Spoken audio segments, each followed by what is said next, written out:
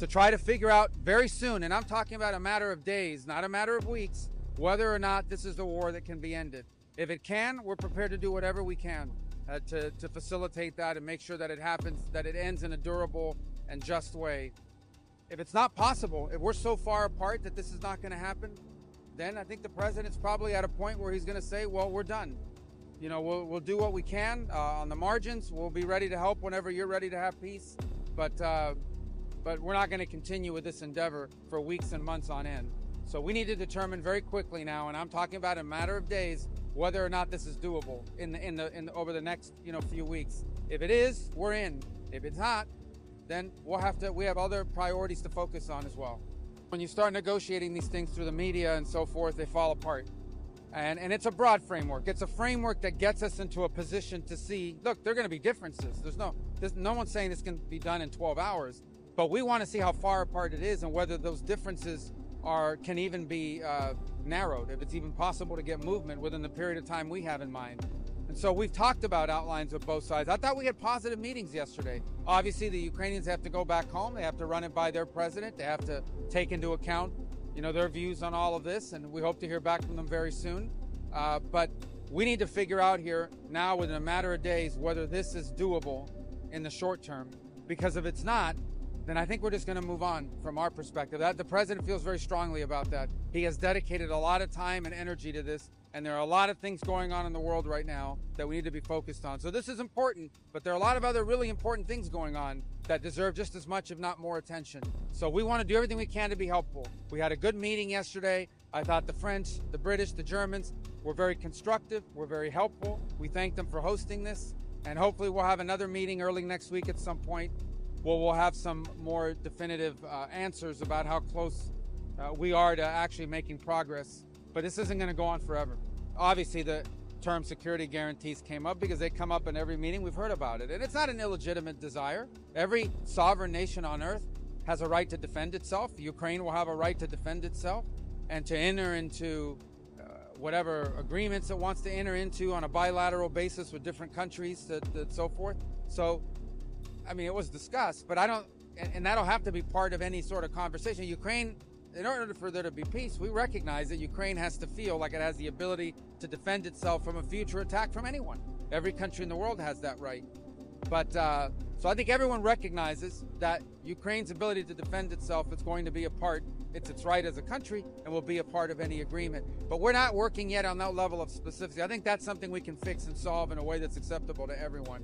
I think we have bigger challenges that we need to figure out whether it's even possible within the short term. I can tell you this. This war has no military solution to it. It really doesn't. It's not going to be decided neither side has some strategic capability to end this war quickly. And so what we're talking about here is avoiding thousands and thousands of people from dying over the next year. We're trying to avoid that. We saw what happened last weekend with a missile strike in Sumy, where people died on Palm Sunday. We're just going to see more like that on both sides. We're going to see more of that. We're trying to prevent it. But we're not going to continue to fly all over the world and do meeting after meeting after meeting if no progress is being made. So if they're serious about peace, either side or both, we want to help. If it's not going to happen, then we're just going to move on. We're going to move on to other topics that are equally, if not more important in some ways, to the United States. The Germans, the French, the Brits, but also the Italians have been in some of these meetings as well in the past. So we've had these conversations with them before. So they offered to host us here today. Or yesterday. I think they were very helpful, very constructive. We'd like them to remain engaged. I think they can help us. I think the UK and France and Germany can help us move the ball on this and get this closer to a resolution. I thought they were very helpful and constructive with their ideas. So we welcome their input. We welcome their involvement. We think it's important. There are probably elements of this as well. I always remind everybody that part of the sanctions against Russia, many of them, are European sanctions that we can't lift if that's ever to be part of a deal. So they're going to have to be involved no matter what. It's their continent. This is happening on the continent of Europe. And so obviously European powers will care deeply about what happens. So they have a stake in this and we recognize it. And but in the end, I think we all want the same thing. I think from the U.S. perspective, we've spent 3 years, billions of dollars supporting the Ukrainian side. But now we've reached a point where we have other things we have to focus on. We're prepared to be engaged in this as long as it takes, but not indefinitely. not without progress. If this is not possible, we're going to need to move on. I think the president feels strongly that we've dedicated we've done more in 80 days than Biden ever did to bring this war to an end. So we dedicated almost the entirety of the president's first 100 days in office at the highest levels possible to trying to achieve a peace here. And if it's going to happen, we want to help. But if it's not going to happen, we need to know now, because we have other things we have to deal with. I spoke to Minister Lavrov yesterday because when we have these kinds of meetings, it's important for you to communicate to the other side. Otherwise, they don't know what happened. Now they're relying on rumors or whatever's out there. So I spoke to him very directly. I said, we had a meeting today with the Ukrainians. We proposed an outline.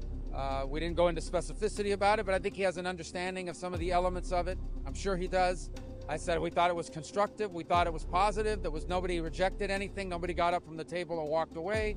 They're going to go back to their capital, spend a few days mulling over it, come back to us early next week. And also wanted him to know that the French and the British and the Germans were very constructive and helpful. That was the gist of the conversation. And I think it's important when you're dealing with things like this, especially with the Russians, who we just haven't communicated with for 3.5 years. I think it's important that that communication happen. And likewise, when we've had meetings with Russians in the past, or when Ambassador Witkoff has traveled to meet with Putin, we've informed the Ukrainian side of what happened, so that we don't have a breakdown in trust and things of that nature.